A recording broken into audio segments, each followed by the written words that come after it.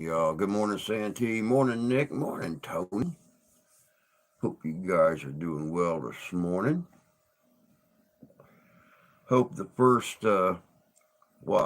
4 days of the new year have, treated y'all nice.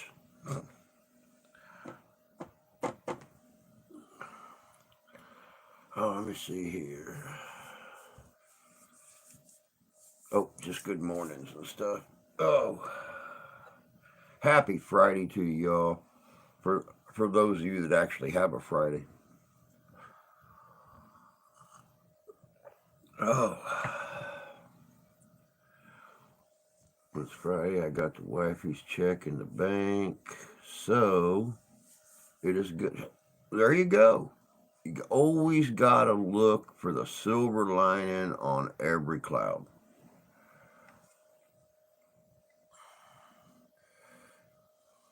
Good morning, Danny. Good to see you. Hope you're doing good this morning, bud. Oh, I was going to make the announcement in the stream, but since Danny's here, I'll go on and make the announcement. Starting next Thursday night, I believe 7 o'clock, Danny, is what we agreed on. Um, Danny and I are going to start podcasting again together. Um, also have CVA single shot 50 cal muzzle loader here. Oh, nice.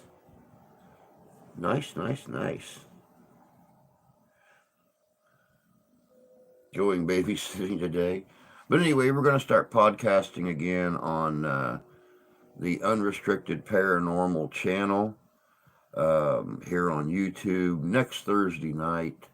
We're just going to, sometimes we'll have interviews, sometimes we'll just grab a subject and run with it. You just never know what to expect. But I'm also going to try starting next week to get back into our interview thing. So, all of you that live very interesting lives, be prepared. Oh, Thursday night at 8. Okay. I know we used to try to do 7, but it seemed to never work out that way. So, next Thursday night at 8 p.m. Eastern Standard Time, we're going to start podcasting again. Single shot muzzle loader handgun. Nice. The old single shot CVAs were nice. And the 50 cal, oh yeah, nothing beats a good wrist breaker. Sounds like a lot of fun, don't it?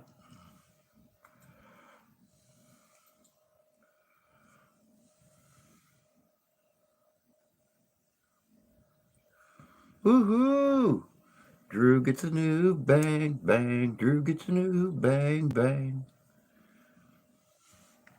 Late Christmas presents are better than no Christmas presents at all.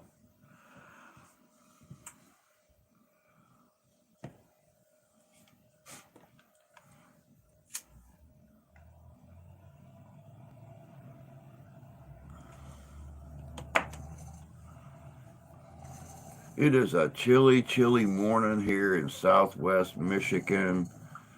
It's a little bit under 30 degrees right now. No snow on the ground though still. So I'm waiting for all these I'm waiting for all of these weathermen's forecasts to come to fruition. All of them that agreed that we were going to have above normal temperatures, above normal snowfall for the whole Midwest, especially the Great Lakes region, with our lake effect. So I'm waiting to see what happens with that.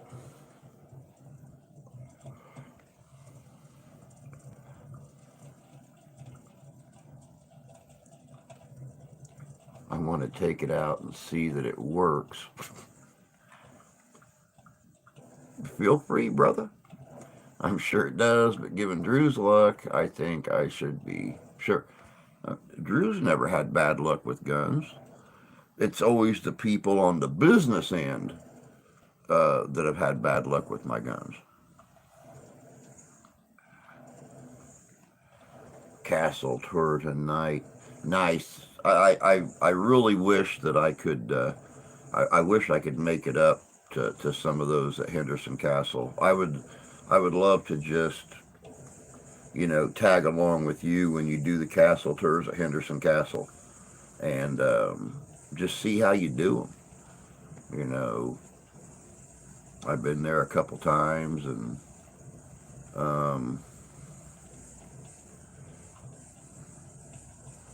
why not a real gun like a 1858 Remington? Not that Johnny Reb stuff. Oopsie. But yeah, I'd love to be able to get up to some of the Henderson Castle tours and the. Do they still do the mystery dinners, Danny? Where they, where you all take part in this um,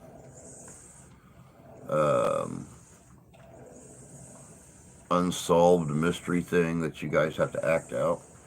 Because I'm gray all the way. Not no blue belly.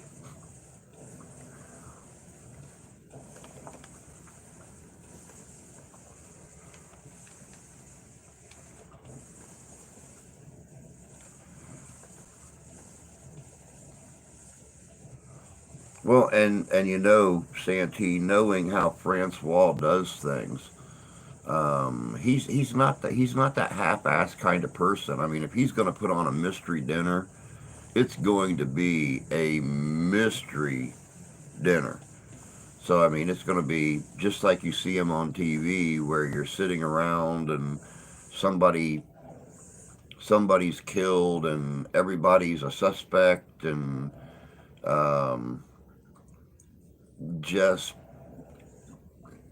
yeah, no one is leaving until we find out who committed the crime. Good morning, Derek. Good to see you, bud. Chris, good morning. Well, Nick, I would bet every Rab in the war would give him his left nut or his buddies for a Remington. Morning, Lee. Good to see you, bud. Morning from South Central Pennsylvania.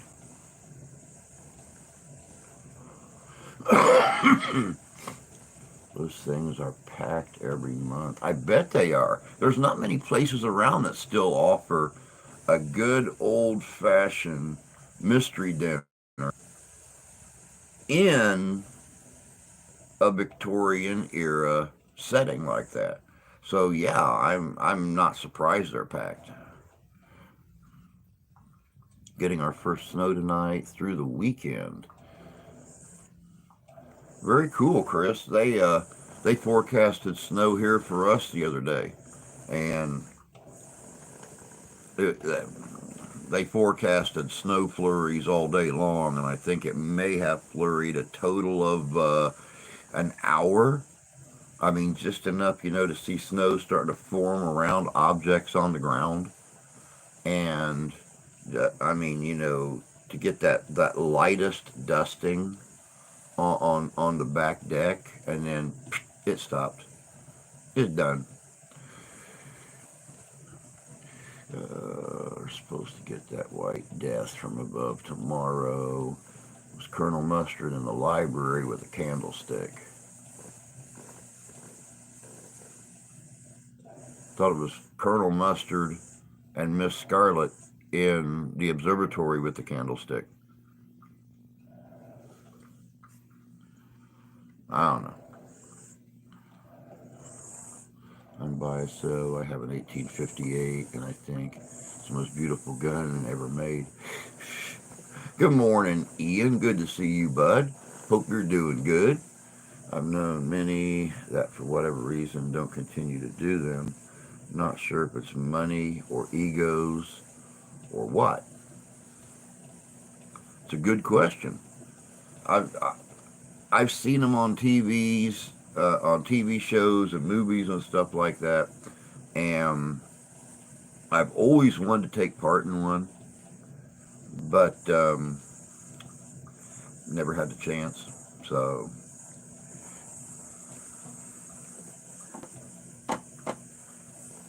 then again, if I tried to take part in one of those things, it would wind up like a Jacques or what was his name, Inspector Clouseau, Peter Sellers. It'd wind up like one of those damn movies. Probably burn the place down or something. Captain Ketchup in the hallway with Dawson. I'll cut your heart out with a spoon.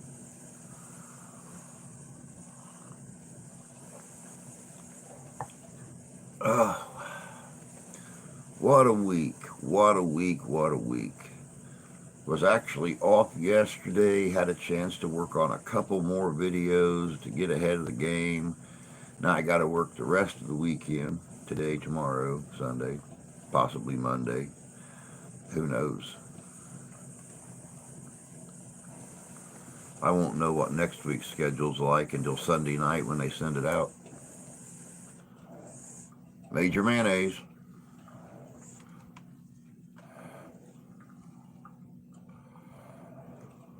That's a pair of 1875 Outlaws, but the 58 is prettier.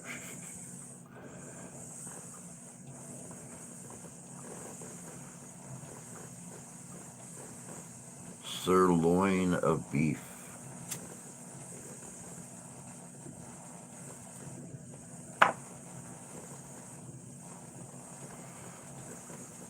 Always wanted to, I've never been to a murder mystery dinner in my life.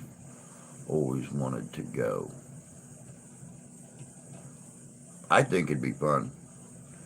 I think it'd be fun to sit there in a room full of strangers and try to figure out who's involved in the scenario and who is an innocent bystander.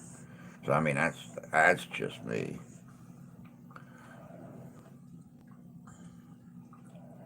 I've got a very interesting video coming out on Sunday. Some of you are gonna like it, some of you aren't. It's alright. I mean, it's another video on the history of entertainment. Um, Ralph and I took a little trip, um, for our intro and outro on this one. But the give you a little hint, the video is on the history of sci-fi films.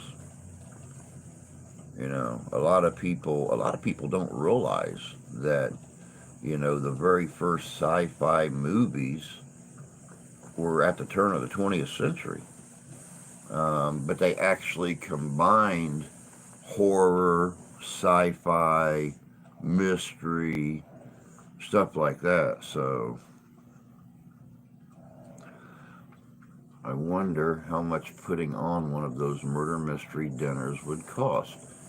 Well, I mean, you gotta find a venue, you gotta have it catered, um, things like that, and then you gotta have somebody write the whole scenario, and you know, get a hold of two or three folks ahead of time, and work it all out. I think it'd be fun. Good morning, Jan. Ooh. Hap here got acute upper respiratory infection. Ouch. Ouch. I never seen acute upper respiratory infection before, but wow. No working for Jan today, that's for sure. Jan is going to be relaxing, um, getting herself better. Damn. I'm sorry, sis.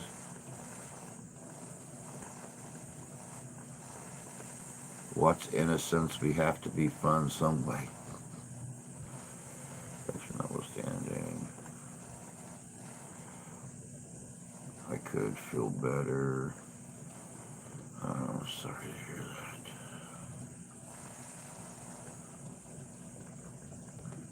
that.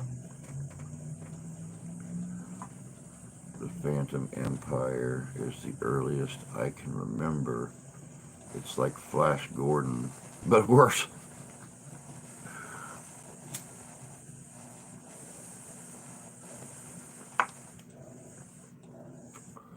Well, the video actually goes over the history of sci-fi films from 1900 to 1915. And then it goes into a little bit of detail about what was actually happening in the world uh, during that, decade and a half, and um, how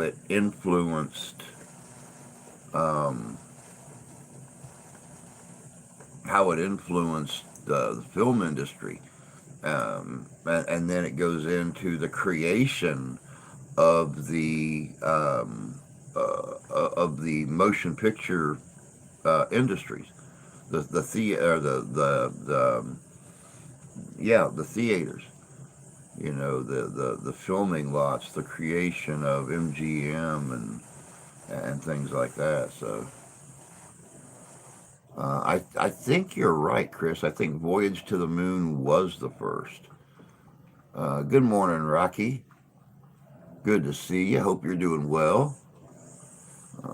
Went to the doctor yesterday after work, and he gave me meds. If you need a vigorous chest massage, let me. Santa Claus would probably um, stick a very very large candy cane up your ho ho, bud. He might be all gifts and hot chocolate during Christmas season, but I hear he can get really really violent off season because he's bored. He gets tired of messing with the elves and watch out. And he's magical, so even a proton accelerator is not going to deter a pissed off Christmas elf.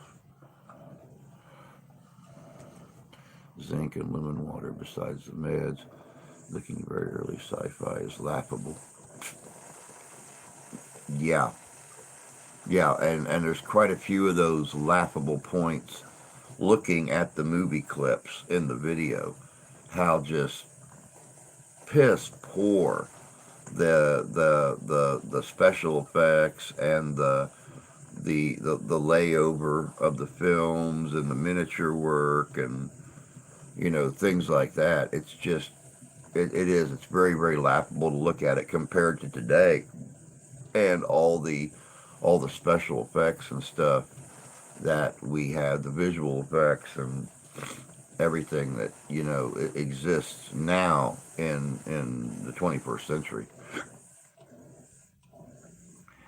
Jay and I have your koozie halfway done. I just need to finish up the bear, a little bit of dye, everything, and lace, and I'll be sending it your way. Not for the effects as much as what the belief was back then.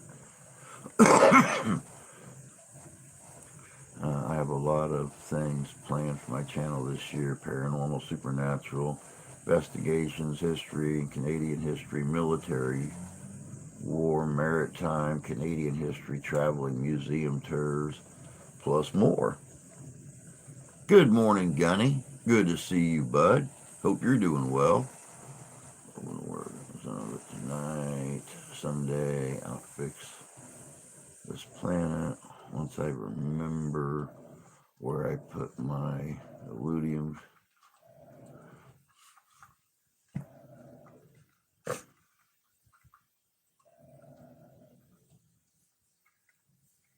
The Illudium Q36 explosive space modulator. I haven't seen that or heard that in years. Thanks, Chris. I appreciate that. We did an investigation on New Year's Day. There were 6 spirits, just haven't felt like editing and putting it up. I don't blame you. Well, number one, I mean, you went right back to work on the day after New Year's Day, you pretty much worked every day up until last night when you went to the doctor and found out you had an obviously very attractive upper respiratory infection. So I don't blame you. I mean, pretty much when when you're all clogged up in your lungs, all you want to do is relax and rest and not worry about anything.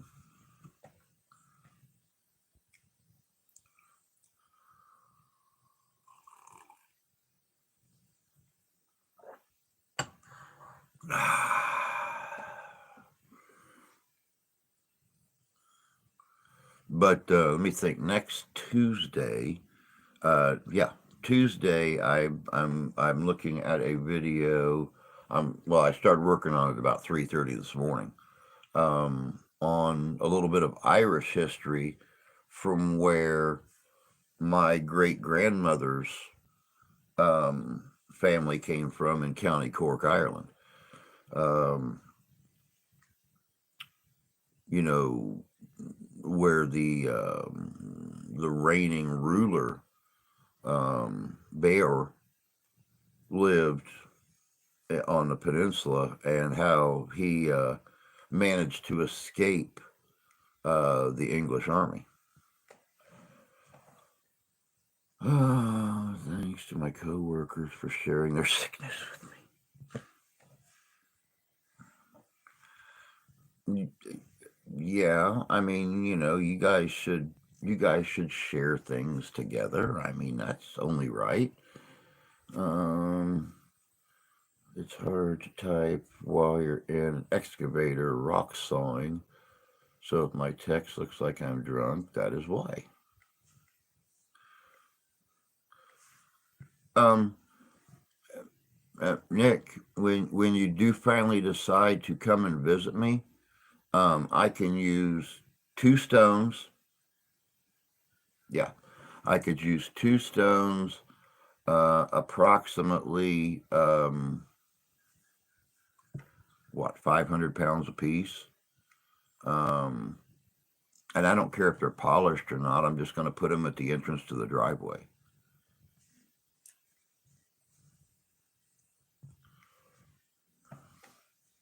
Maybe. I don't know. Don't forget to show your love by hitting the like button. Blah, blah, blah, blah. Good morning, Freedom. Good to see you. Hope you're doing well today. Happy Friday. Um, I don't have a CDL. I'm trying to work. Nick is drunk in the excavator or not.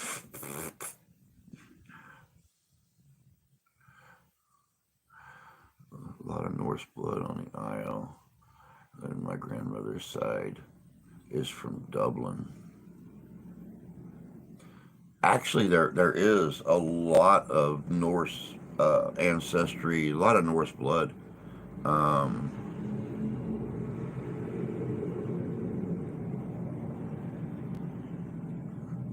you should put them across the driveway from the alley.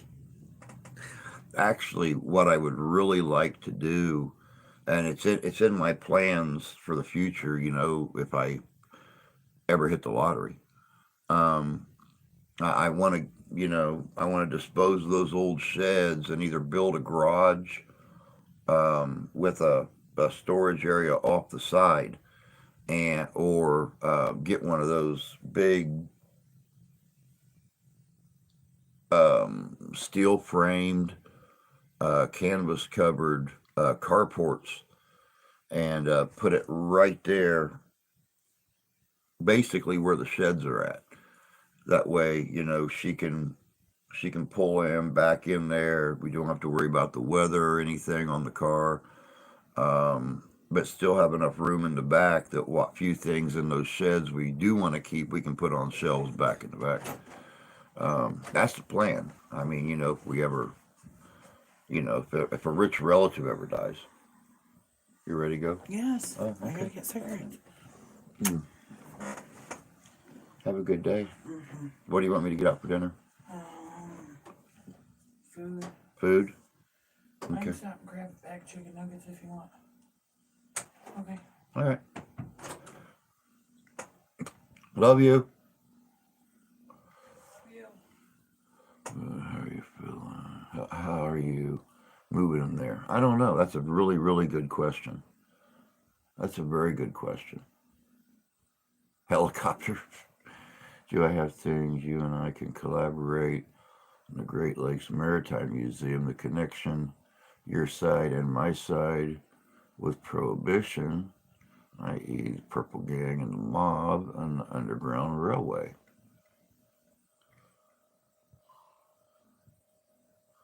I've ran a backhoe truck.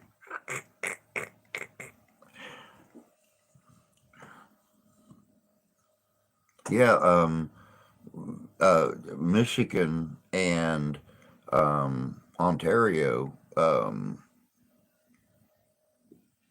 Windsor, when a lot of the escaped slaves came into Michigan, they came into this county, and the people that were helping them, that were part of the Underground Railroad, would actually set up cabins or help them build cabins back in the back areas around the woods of their properties. And the slaves would work and get paid uh, by these people. They would work their farms or whatever, and be it crop or livestock or whatever.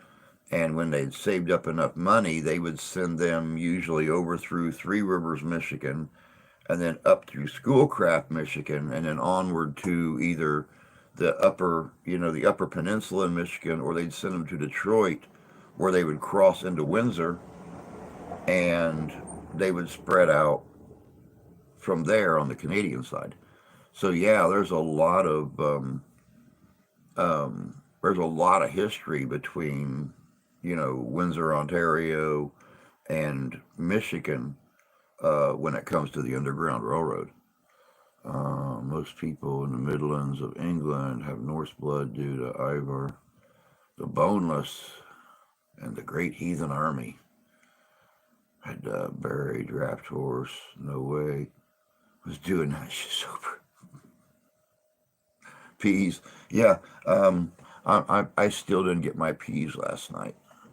I've got to be the only American who has ever ate pealess tuna casserole.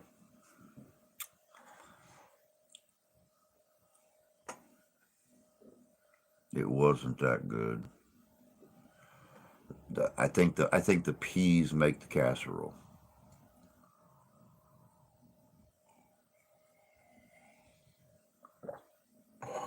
She sounds a lot better than the last time. Yeah, she's actually feeling a lot better. She only took 2 days off work. Um, and she was right back at it.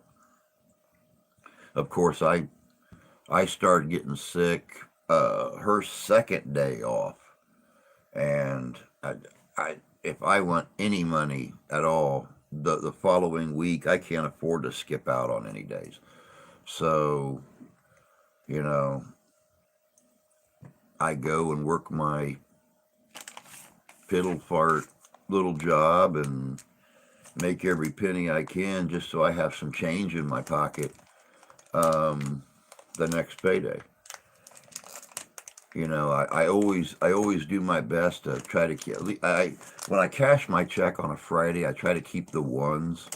That way, I've always got a little bit of seed money to drop in our tip bucket there at work. So, not that anybody ever looks at a tip bucket. I think half our customers can't read.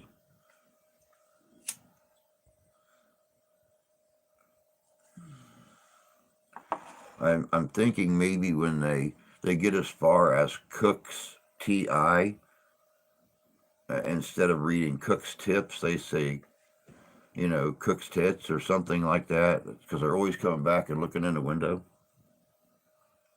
So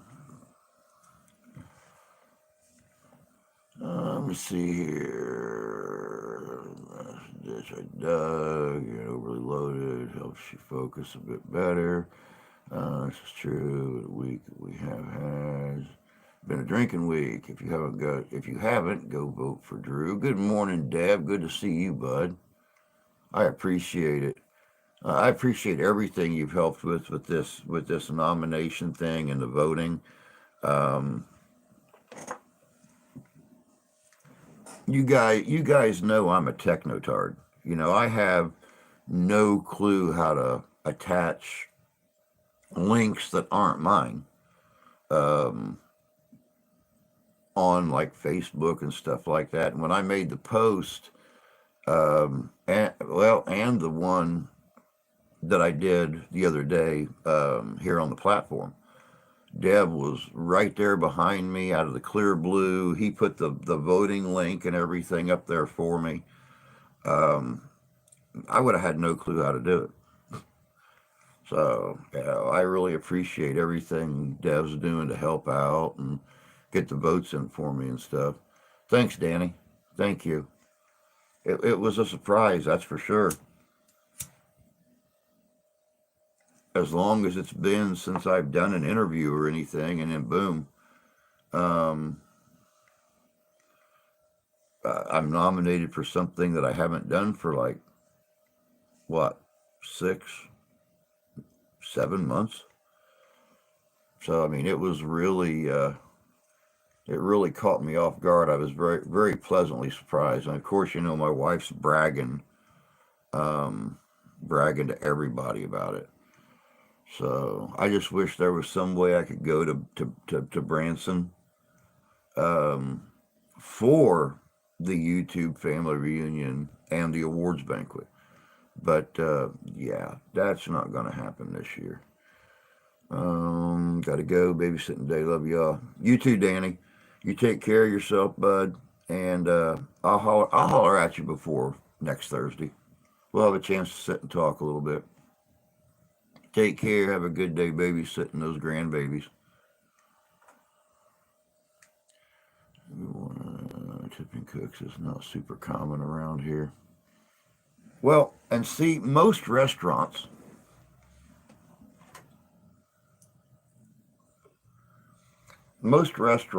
when you pay for your meal or whatever, your drinks or whatever the case may be, um, the the tips are usually split between the waiter or the bartender and the cooking staff. And they used to do that at the bar. But the waitresses and the bartenders started complaining because when you pay with your debit card or your credit card or something, when they enter that in the system to process your payment, automatically it taxes them for tips.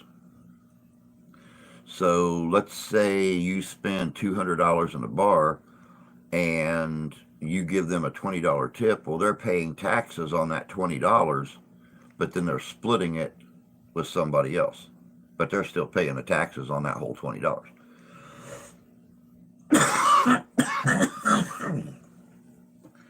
So they quit doing that.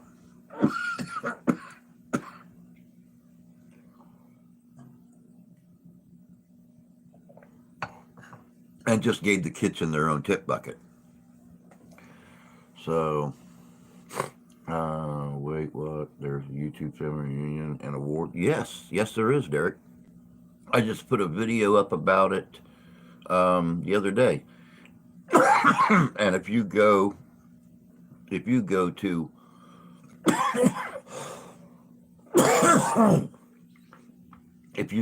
What the Paranormal on YouTube and look through their videos, you'll see a video from I think Monday or Tuesday this week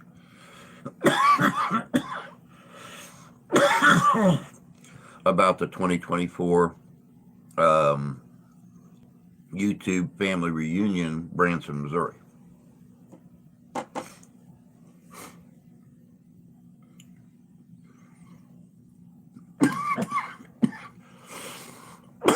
Thank you, Chris. I appreciate it.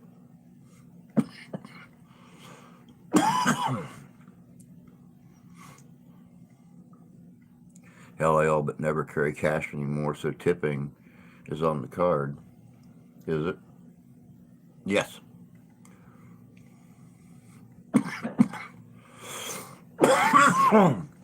um, you go to the video that that I put up earlier this week about our nomination for the reunion, and Devilish put a link with that video.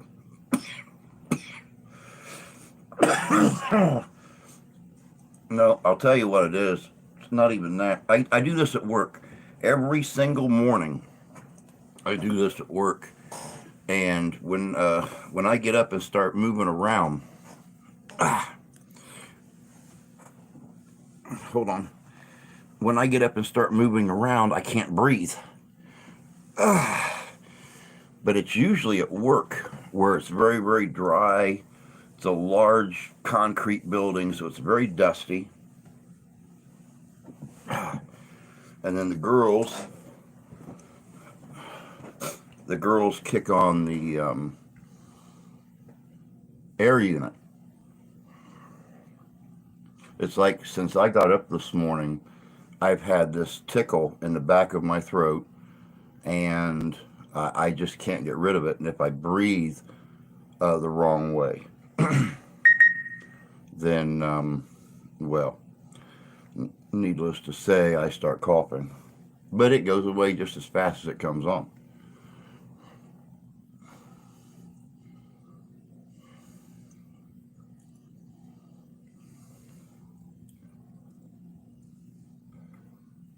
Go to that link. It's the voting list. Yeah, there's actually several categories, and I'm really surprised. I guess my paranormal investigations aren't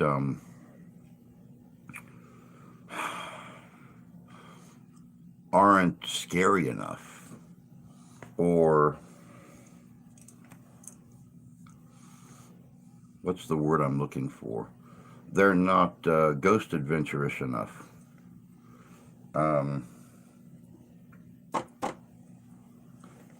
So I don't get nominated for like paranormal. I guess I have to be almost turned wrong side out in a video.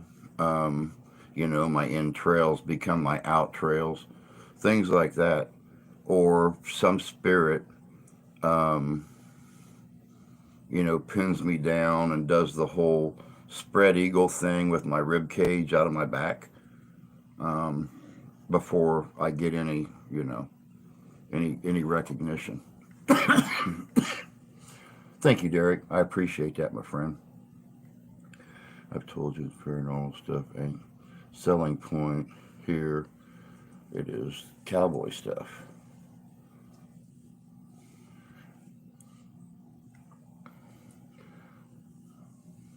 Well, and see, Tony, if you were on this end of it, where I hear all the positive and negative, when we first started in the paranormal, we were getting really good views on things, and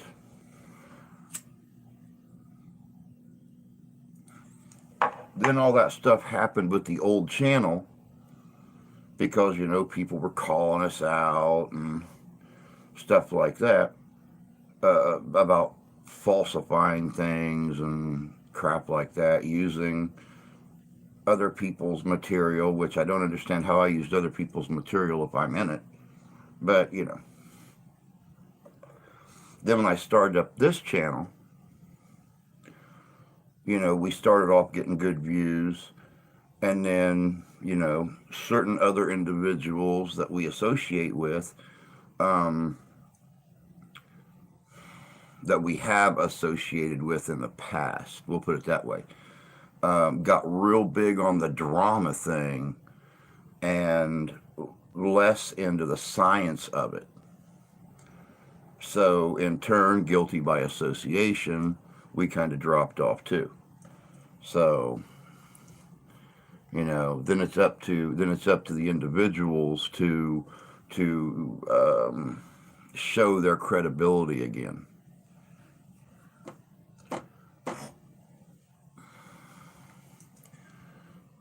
Well, perhaps next year or so, I'll make it on the list. That's always a possibility, Derek. That's always a possibility. I look at number of views, period. With you, could have made it here. That is only a few hours south of me. With you, could have made it. It's only a few hours south of me. Hopefully, I can get my vid started. Good morning, Sarah. Good to see you, dear. The cowboy mountain man era is always of great interest to people. Yeah, and I agree with that. I have a lot of luck with doing the history thing, the cowboy era, the mountain man era, the Western migration, but there's not a lot of detail out there that's not already been done 150 times, 150 different ways.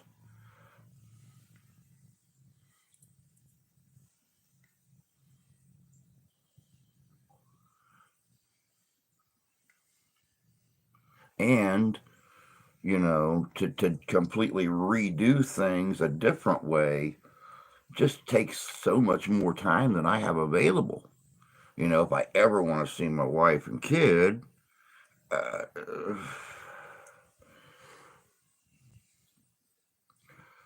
more into the real, not the drama, clickbait crap that many do. See, I agree with you, Dev. That's how I am. I am more in to the real, and that's why I'm trying to do better with lighting. Once again, something I have to afford or find a way to afford is, battery powered lighting. That I don't need an extension cord and a constant power source to be able to have lighting on my investigations where people can see me when I walk away from stuff.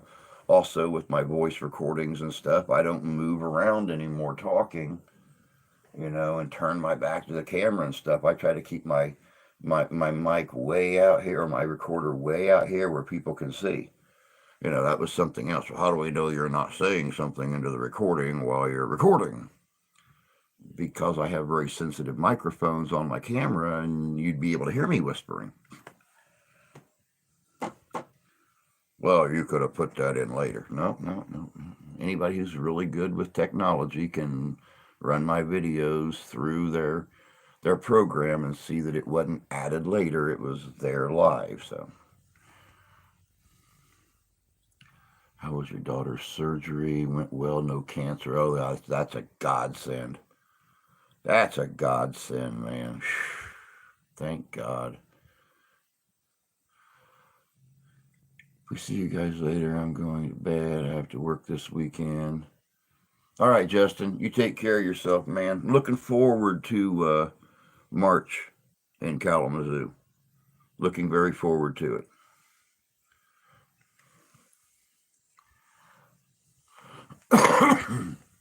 You take care, get some rest, and we'll catch you later, bud. Look up Lonzy for lights. Not sure prices, but nice and bright.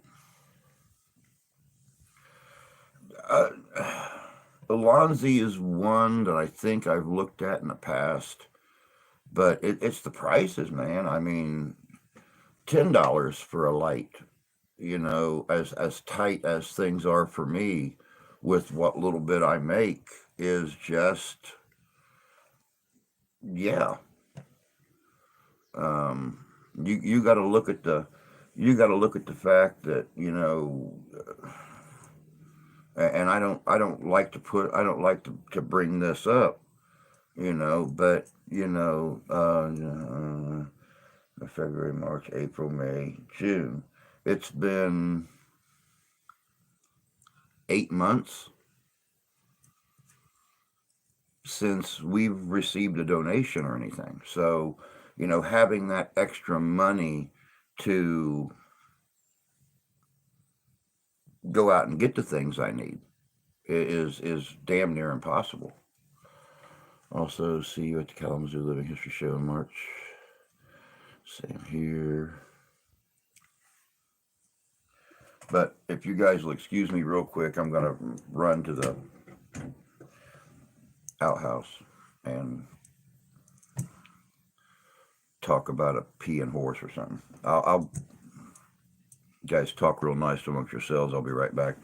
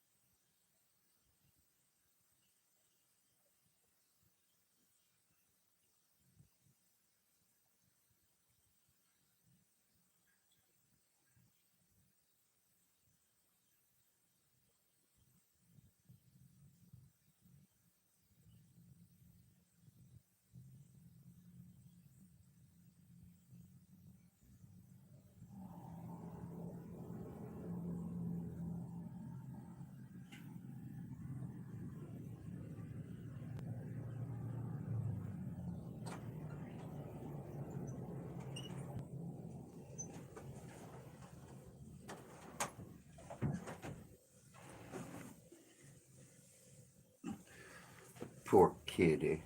Poor kitty. Kitty fall off the shelf.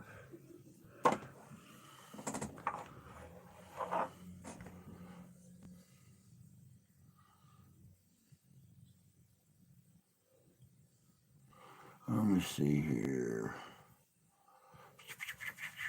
Only real drama I was ever involved with, early watch, was when I was asked, "What if you miss?"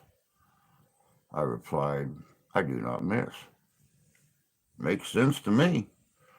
Straight up honest about it. What I really meant was that I don't take shots that I am 100% certain I will hit. Yeah, I mean, you don't want to wound somebody, then they sue you because you attempted to murder.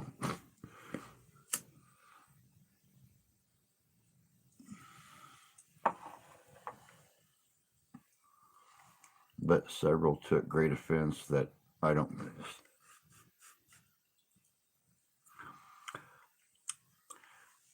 I don't know why I would take more offense to them being lousy shots. I mean, that's just me. I mean, why are you gonna waste brass? I mean, seriously. If you're not sure you're gonna hit your target, aim better. I'm also trying to line up interviews with 3 serial killers. They're doing life in prison here in Ontario, Canada. Paul Bernardo, Alan Laguerre, and Robert Pickton, plus a doc about the Edmund Fitz. Interesting. That sounds like it could be very, very cool.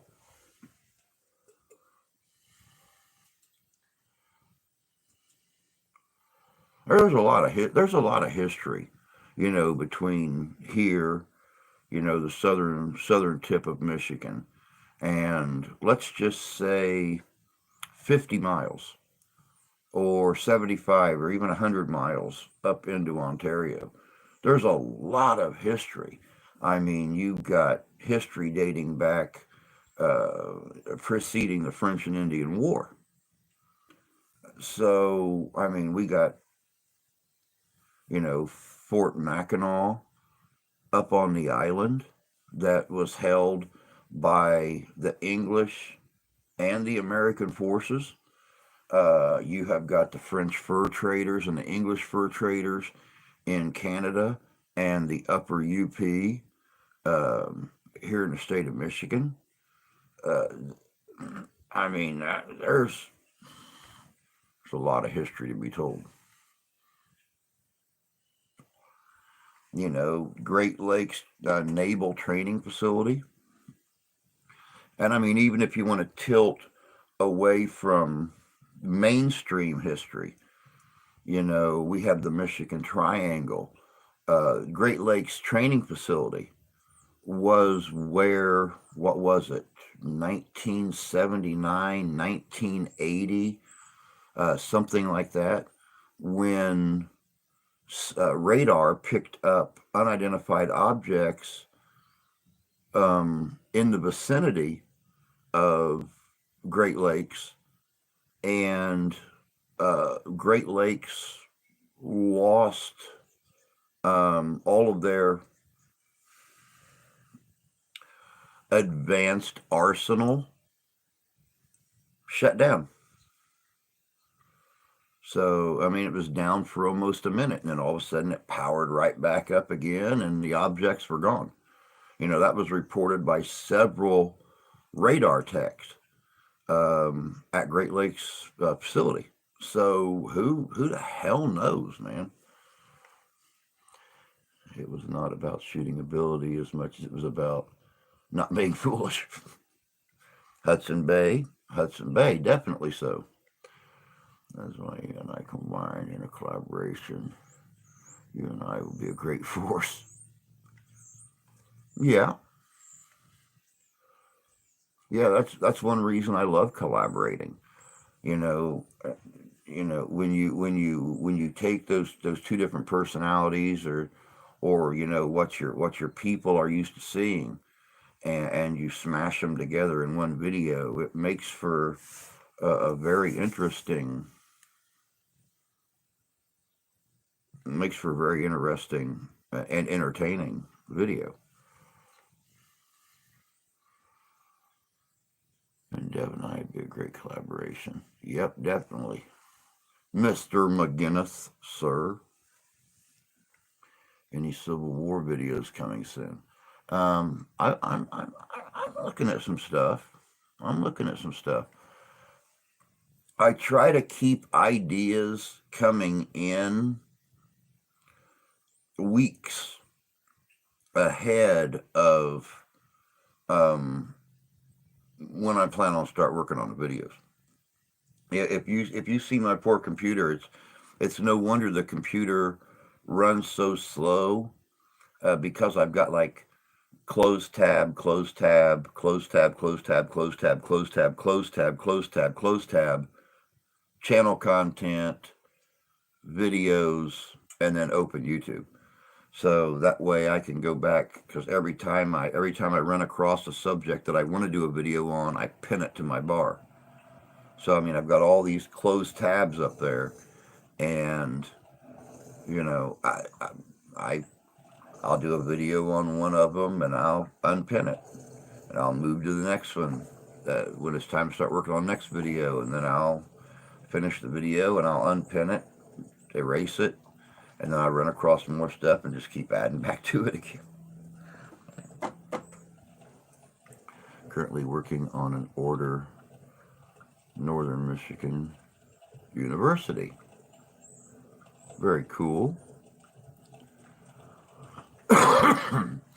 If you want Civil War stuff, that could be shock factor stuff. Do the mini ball. Definitely so.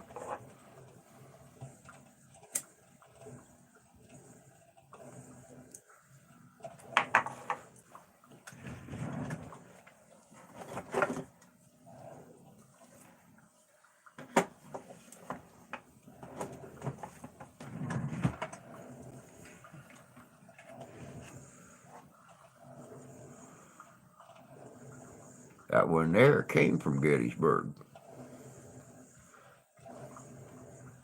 Nasty little booger, isn't it? Imagine something half that size and round going in your body. You know, it may hit a bone or something like that and flare off the side. But that thing hits dead point on a bone, it's exploding.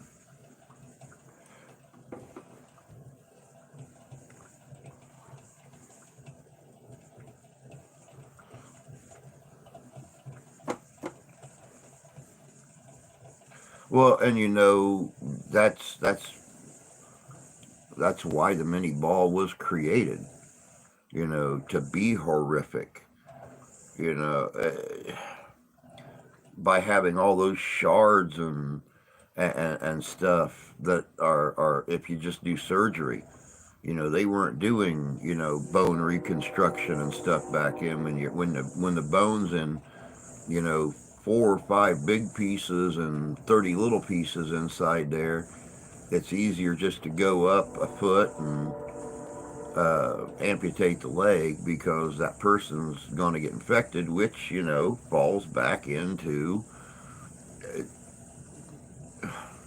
why more people died of infection than died of battle during the Civil War.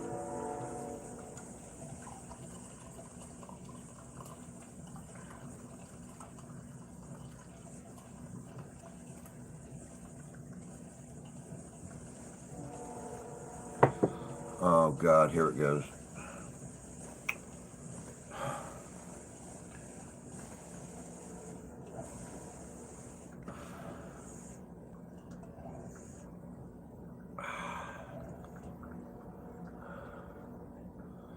I hear that train a coming round the bend.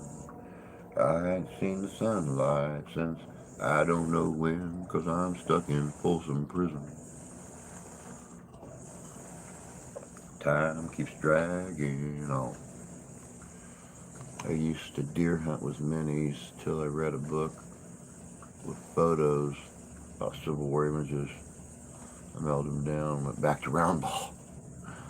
I also love to do a War of 1812 vid with a trip to Major General Brooks' grave monument, how First Nations helped us when Canada was in its infancy and still a part of the Commonwealth.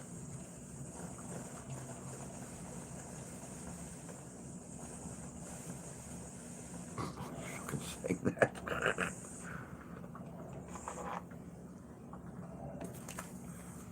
You know, evil minds think alike, I guess.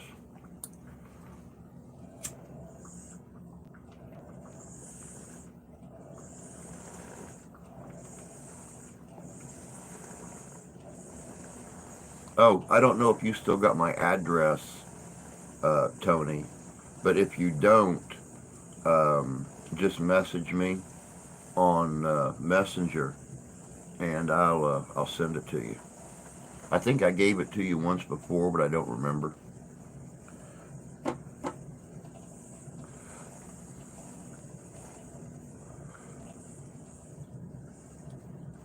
Okay. All right. Yeah, just message me, and I'll send it to you on Messenger, and just easier that way. And you know, if somebody hacks your Facebook sometime in the near future, uh, I get fan mail or a stalker at my house. But I feel sorry for them if they're that stupid. I mean,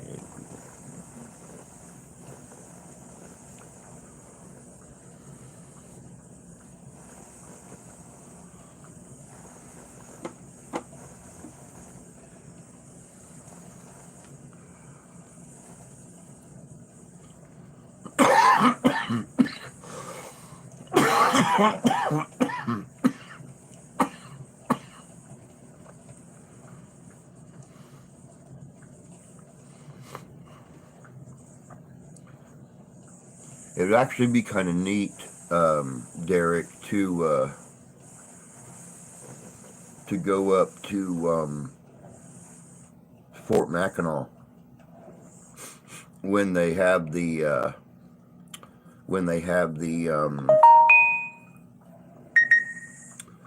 reenactments going on, or when they have the troops reenactors up there, just to see how things are. Not to mention the fact that I do believe Mackinac have their volunteers or their historians or whatever you want to call them that are there all summer long.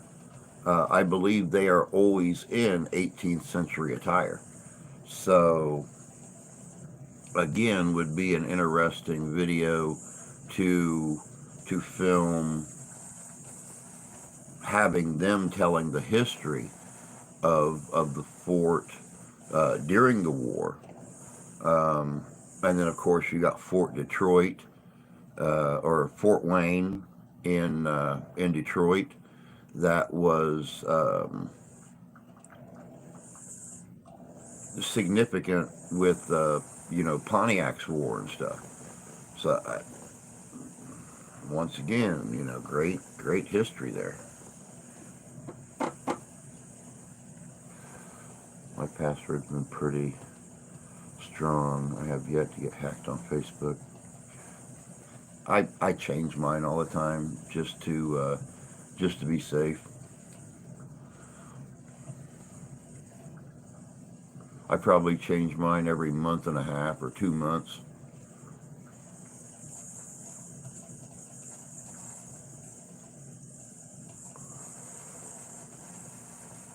So I'd love to go there. We too have War of 1812 forts here. There were a lot of forts scattered all across the Canadian frontier. That exchanged hands constantly. I mean, the English would run them for a while, then they'd get chased out by the French, and then the English would come back and they'd take them again, or the Indian allies would take them, and the English be back in power again. Several stories of forts exchanging hands quite often because of use of the Indian allies.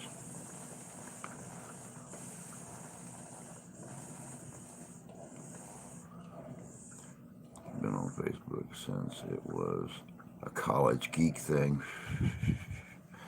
Not changed my password ever. Look at Derek, but I don't do stuff on the YouTubes.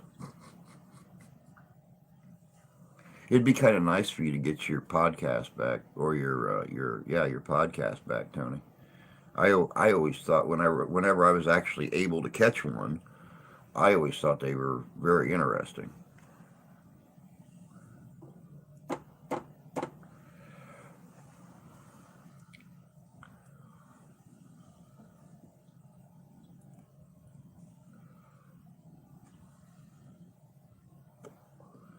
But like I have found over the last 5 years, YouTube sometimes cuts into your personal time, hunting time, family time, dinner time.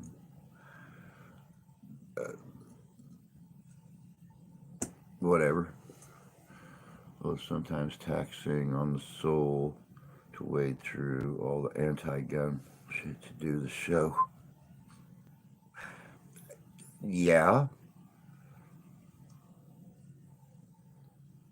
I can imagine that.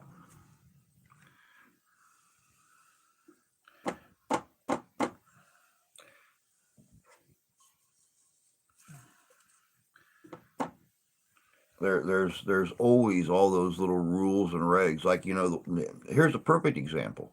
The wife and I were talking this morning, and I was telling her that the new management that was brought in by the owners to redo the restaurant and remodel and change the menu around and set the new prices and things like that. Um, they don't. We no longer have our shift drink. Which means when we get when we get off work, we don't get our free drink anymore. You have to pay for it. When you're at work, it's the same as not being at work. You don't get any more free food. You have to pay for your food. And she tells me, we don't have the money for you to pay for your food. You have to take your own food. And I'm like, Michigan has laws in place where you can't do that. You can't bring in food made with items not of the restaurant or not prepared at the restaurant and put it in the same refrigerators with restaurant food.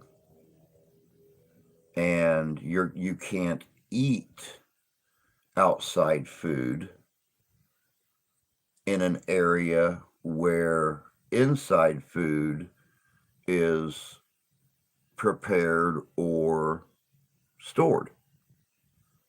So you're not allowed to bring outside food in and eat it. Say I make a great meatloaf and scalloped potatoes one night. I can't take my food for lunch the next day because they're worried about cross contamination. And there's a thing, I believe it's called the cottage law, where Michigan is one of very few states that have it. You cannot bring any outside prepared food into a eating establishment and consume it. Not unless you have a cottage license. Then you could do it. I could make chili here at home in a 3 gallon stock pot and take it in there and serve it. Or I could take a bowl of it, take it in there and eat it. But without that cottage license, you can't do that. Me and Gunny have talked about doing something but haven't gone forward on anything at this point. It'd be kind of cool. I could see you and Gunny doing something together. I always enjoy listening, though. It's a stupid rule. It is a stupid rule. You're right.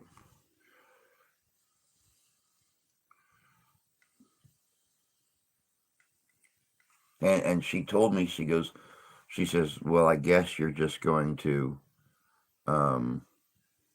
I guess you're just going to be hungry every day. Or no, about how she phrase it, because I made her laugh. She goes, I guess you're just going to be on the brink of death every day by the time you get off. And I told her, I said, it's either be on the brink of death for not eating or be on the brink of death for only being able to eat fried food every day. Uh, it's a double-edged sword. What are you going to do?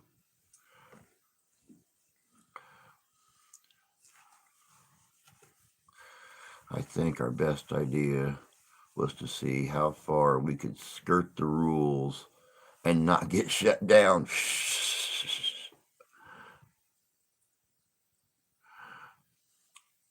That's always fun. I missed a lot. Had to go check some things out. Yeah, I had to go check some things out a few minutes ago, too. Everything checked out just fine.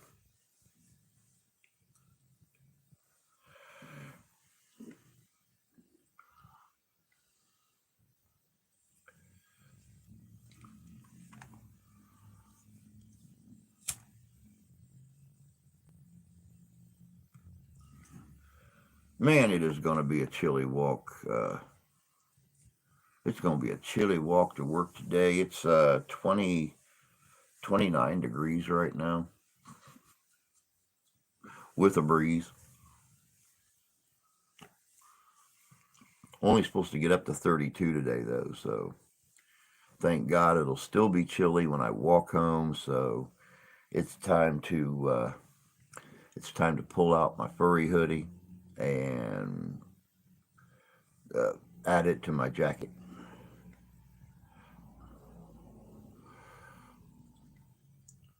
Had a big panzerotti for dinner last night.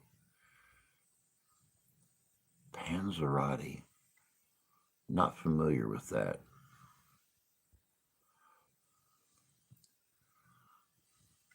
I think that's where we're at. Let me see.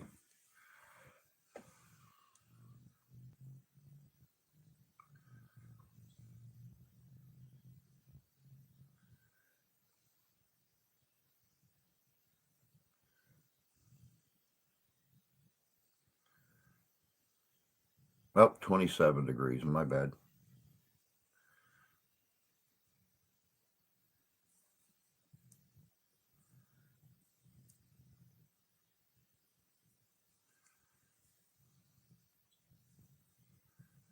Yep. 27 degrees.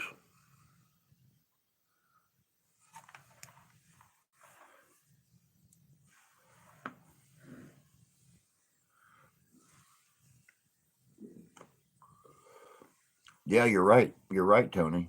It's January. It could be minus 13. You're absolutely correct on that. Well, like I said, I watch um, 7 or 8 different meteorologists between our local guys and the guys here on YouTube that do national meteorology. And they all agreed that the beginning of 2024 was going to be um, slightly above normal temperatures, but above normal snowfall. So, we're not going to be um, in the teens and stuff. We're going to stay in the 20s um, most of the middle of winter. But the warmer the temperature, the higher chance of more snow. So that's our theme for up here.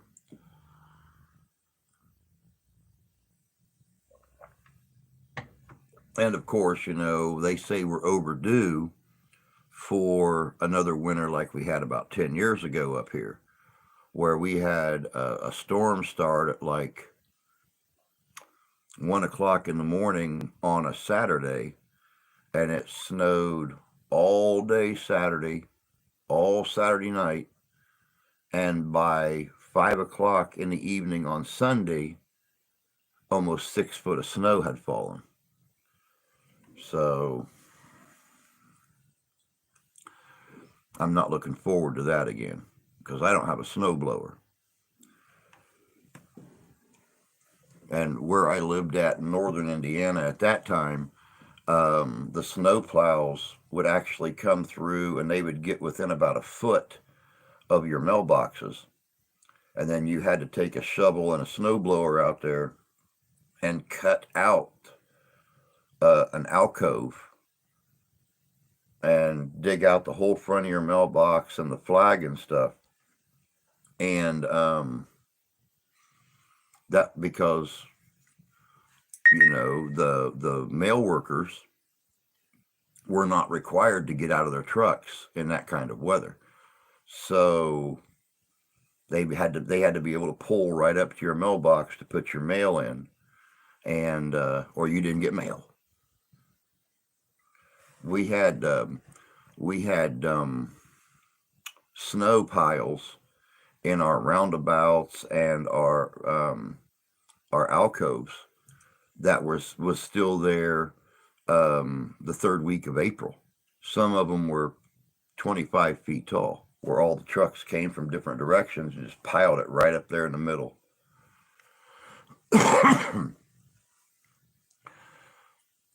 One model says 235 centimeters of snow, next mixed precipitation. Nothing but rain. Comes Tuesday here.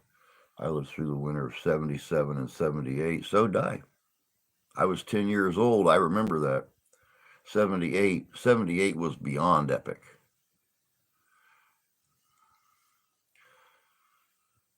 Then in 79, I was in Mobile. They got a freak snowstorm. Shut the city down. Well, I remember 78. Um, We lived 45 miles north of Indianapolis when we got hit.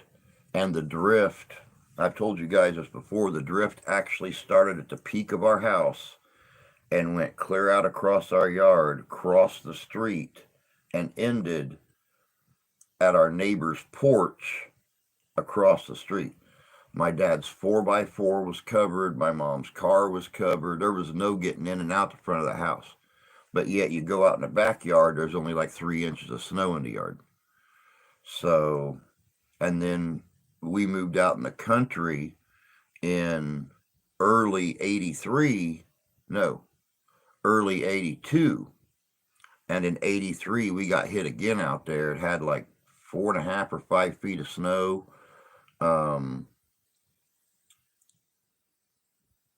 18 degrees with 36 mile per hour winds. So, I mean, there was our yard, the acres of ground that we had out there. Our yard looked like the tundra.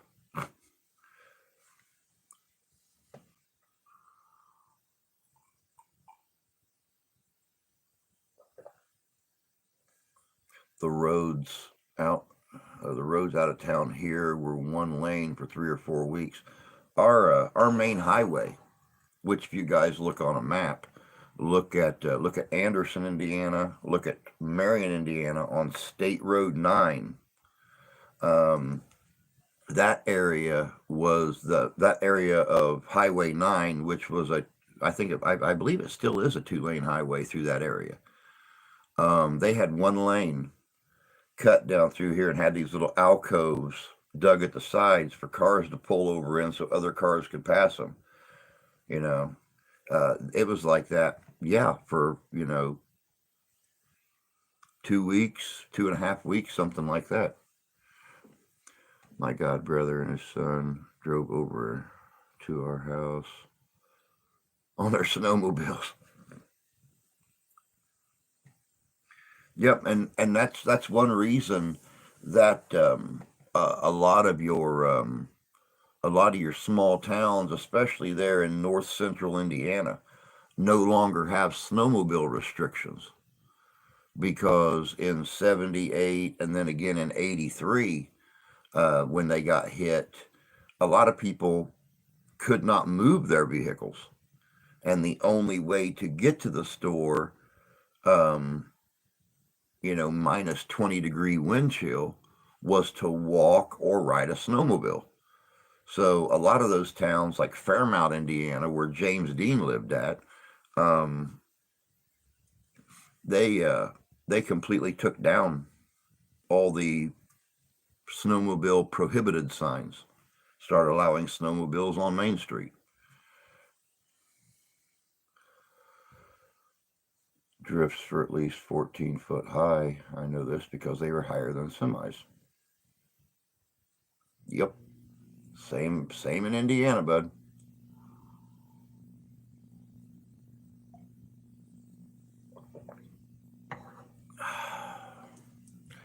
Great memories. Yep.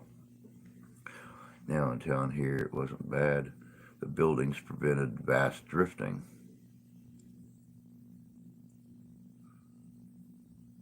Huh.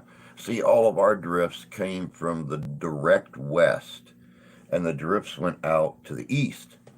So, yeah, we were real good on north-south roads, but the east-west roads, um, out on the edge of town and stuff, they would get completely smashed, and the plow trucks would have to double up and go pushing the stuff into alleys or wherever they could push it to get it out of the way. So yeah, I believe me, I know about that vast drifting stuff.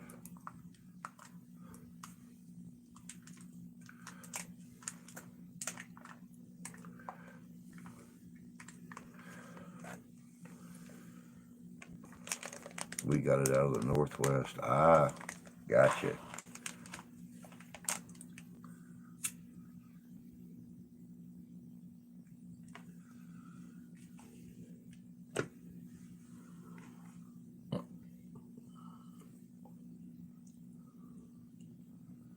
You know, one of the coolest things about the winter of '78, I lived exactly 1 block from the railroad, and watching the trains hit the snow drifts, even at 20, 25, 30 mile an hour, which a lot of times they would fly through town. I mean, they'd be doing, 50 or 60. But, um,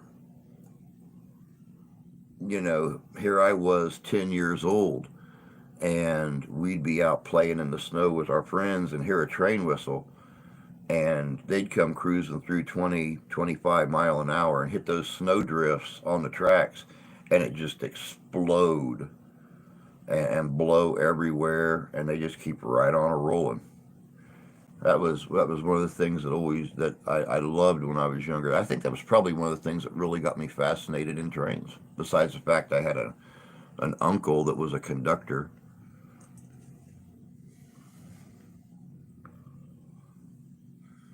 I was 17, loved snow at that age. Ever seen one of those rotary plows?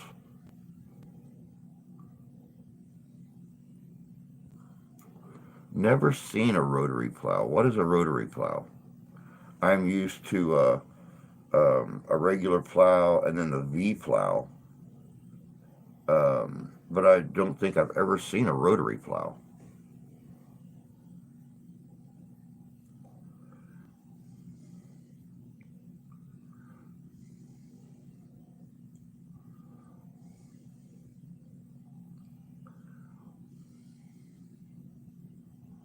Think railroad snowblower.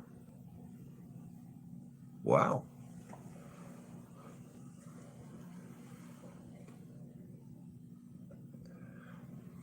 I'm I was really kind of disappointed. Christmas this year. The wife for the last probably 3 years has been trying to find me a gas snowblower, and she's not been able to find one used that she had faith in. And since they were forecasting another bad winter this year, I was really hoping for the snowblower um, this year for Christmas, because when we have 2 or 3 foot of snow out here, and Jan knows. Jan's been here to the house. Um, our drive is like almost 100 feet, and out there hand shoveling 2 or 3 foot of snow for 100 feet is bad enough. But if you've got 5 or 6 feet of snow, yeah, not not happening. Look for one in March. You don't find very many used snow plows during the spring and summer months. See a lot of brand new ones.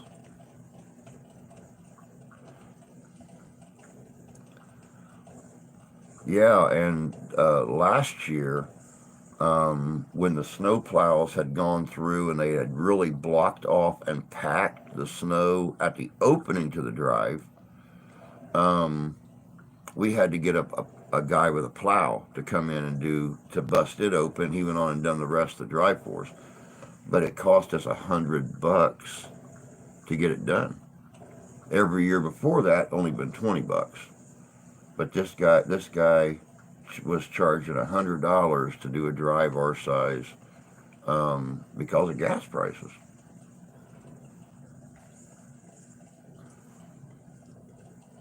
Can't swing that this year.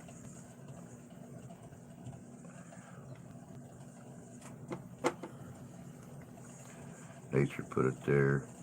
Nature can remove it. That's how I feel about it. I mean, that's how I feel about it. I yell at the daughter when she gets things out and leaves them laying around. and I yell at Mother Nature because she dumps shit on us and leaves it there. She never listens. Might as well be talking to your spouse.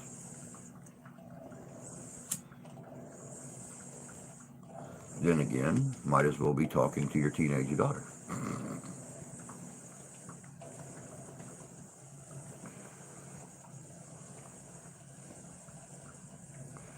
I have a plow for my Cub Cadet, but haven't touched snow with it.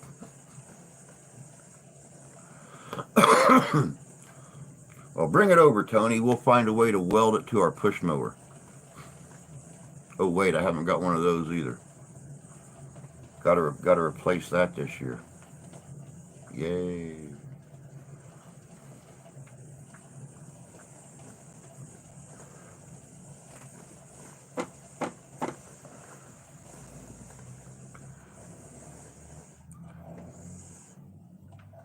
Oh, I use the thing.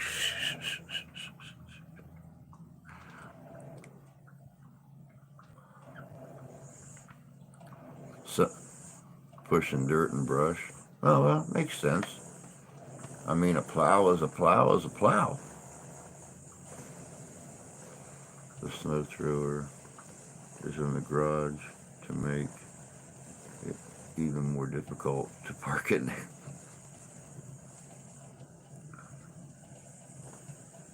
Yeah. Oh man, it's about that time. Looks like we got what, about 2.5 minutes left. Now I'll go to 9:35. I'm already dressed for work.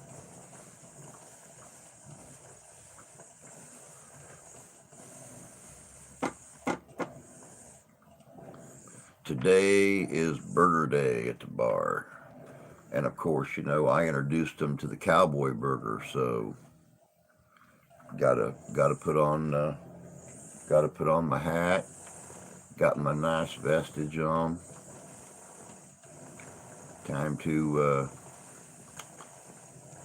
yeah.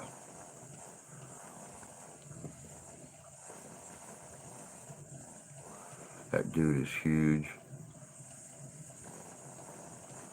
Didn't realize until it was delivered. My missus said I could start thinking about a Colt Anaconda the other day. Well, that was awful sweet of her. That was awful nice to, you know, tell you what new pew pew you could add to your collection.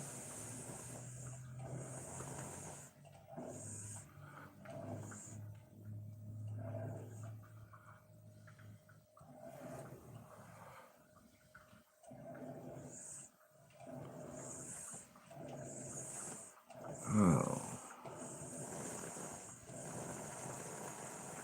it's near the end of the bucket list.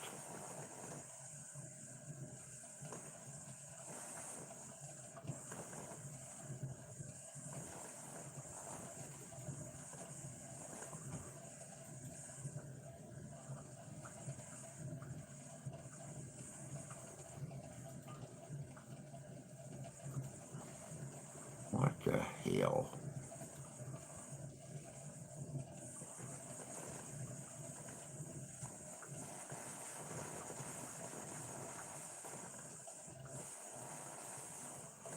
Along with a Winchester 9422.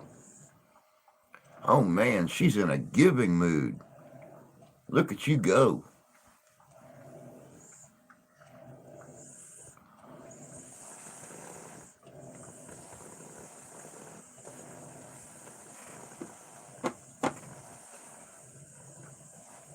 Go on and kill that. Won't need any more coffee. My eyeballs are already floating.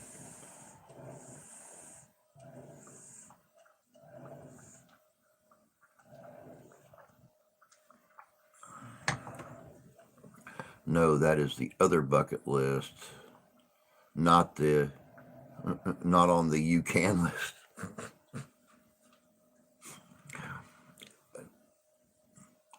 Still, I mean, a Winchester 94-22 and a Colt Anaconda. Both now. Wow.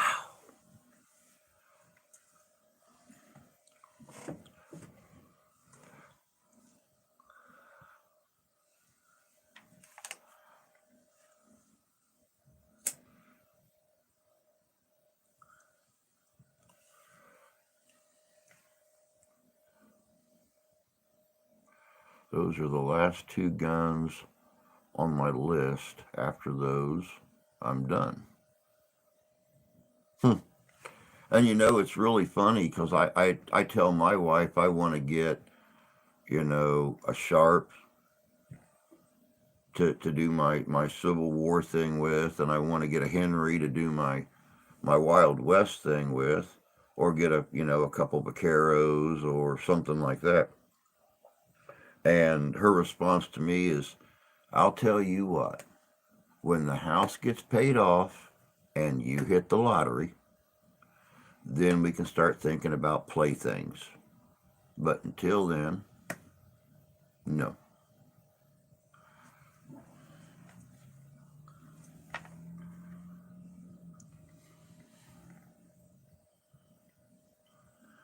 But then again, I would have to work for 3 months and not spend a penny out of my checks to be able to afford a Sharps on what I make. So that don't mean I won't get any other guns. Just there ain't others I lust after. Makes sense.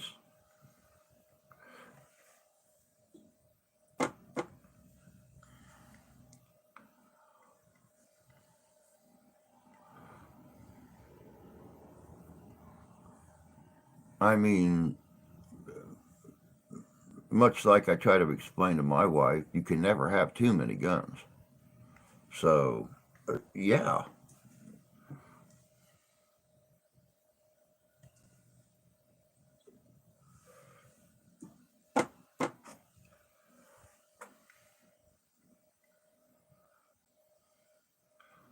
Oh, yeah. Winchester 1885. That'd be wonderful. That would be wonderful.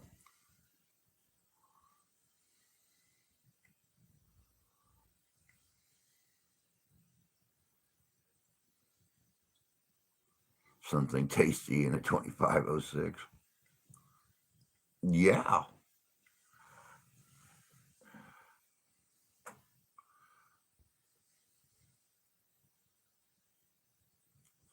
The 1885 would work for that. Yep.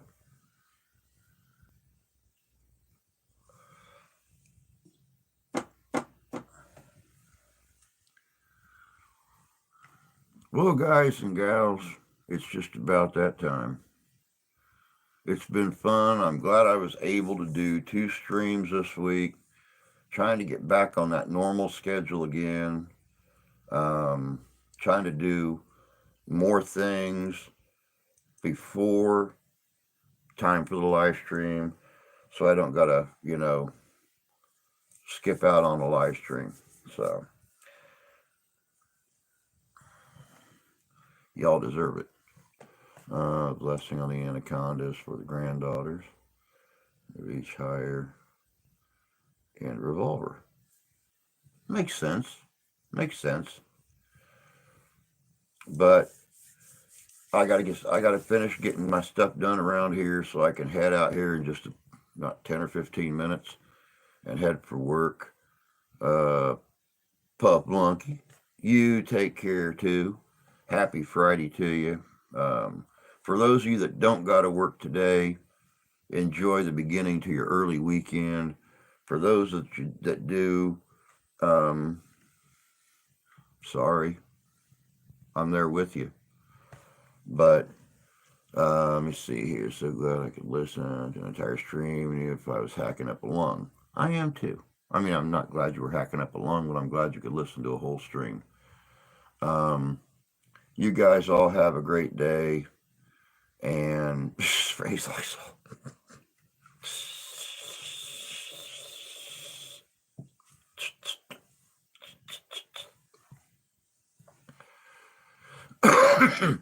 But you guys all have a great day. Enjoy your weekend. I'll be back on Monday morning, same time, same station, and we'll do this all over again. But until then, y'all take care of yourselves, take care of each other. God bless you. God love you. I do. We'll catch y'all in a couple days. You guys take care.